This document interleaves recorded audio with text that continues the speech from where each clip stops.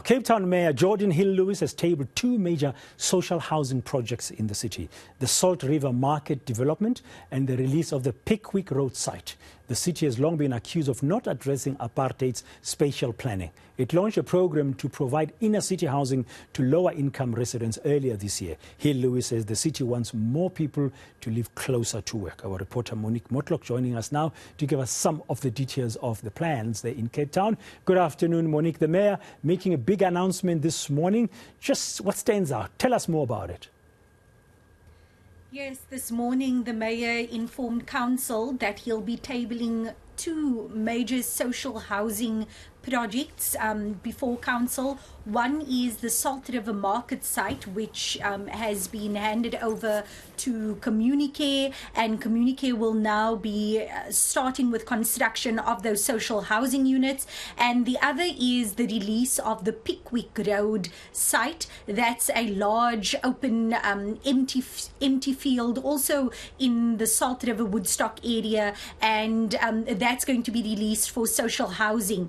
Now, these sites were earmarked for social housing back in 2017 already, when former Mayor Patricia de Lille was in office, and it led to various housing activists, various groups, NGOs calling for the city to stick to its promise to actually start construction and to start the development of these sites. And activists, some activists who I spoke to today, quite relieved and welcomed this announcement by the mayor. Development within the city of Cape Town. Today, after we first considered time been trying to increase the number of affordable housing opportunities close or in the inner city, and as Mayor Geordin Hill-Lewis this morning explained, that this is why that priority program, the land priority program, was launched earlier this year to increase inner city housing, to bring people closer to transport nodes and to their places of work, to schools. And these sites are specifically for those in the income bracket of between 1,000 to 22,000 rand. As MACO member Malusi Boy explained, it's for people like your public servants, your teachers, your police officers, your nurses, those who might not be earning enough to afford the flats or the apartments in the city that where you see rent for 8,000 and above, and these sites are specifically, or these units are specifically for them. Let's just take a listen to the mayor explaining just how these units or these developments will look like. The Pickwick Road project, also in Salt River, is back on our agenda today after we first considered it 2 months ago.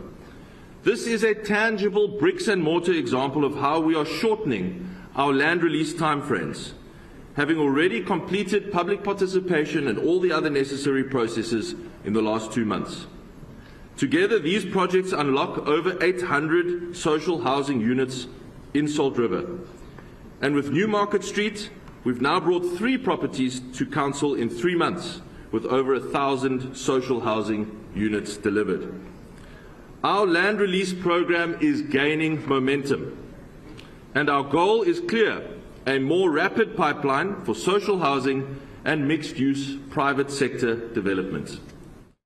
And finally, Monique, did you get a sense that this kind of project will address the criticism against the city of Cape Town that they focus on more affluent parts of Cape Town than the areas that do need development?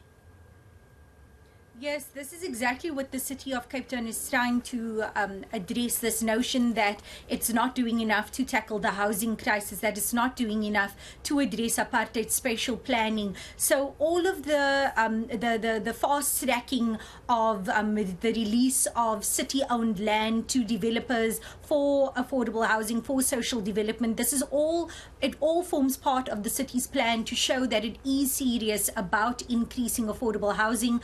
I spoke to opposition parties like the ANC in council, and the ANC says while it welcomes the seemingly serious take by the city to address the housing crisis. It's questioning why it has taken so long.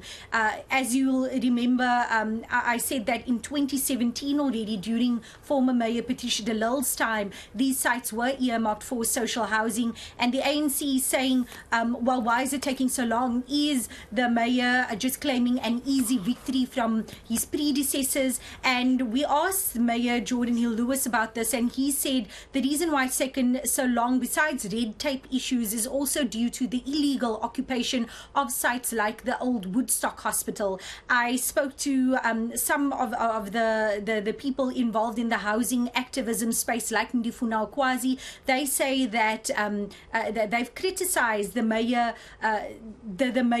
placing the blame on illegal occupants, saying that the illegal occupation of sites like the Woodstock Hospital is because of government's failure to provide housing to people who have either been on housing waiting lists or have lost their homes due to not being able to afford rent. And one of the illegal occupants from the Sissy Ghoul House, from the old Woodstock Hospital, she also told me that the people who are occupying these spaces do so because they simply have no other choice, because they want to live close to the city, and the illegal occupation of spaces like these that's close to transport nodes, that's close to their places of work, is the only way for them to survive.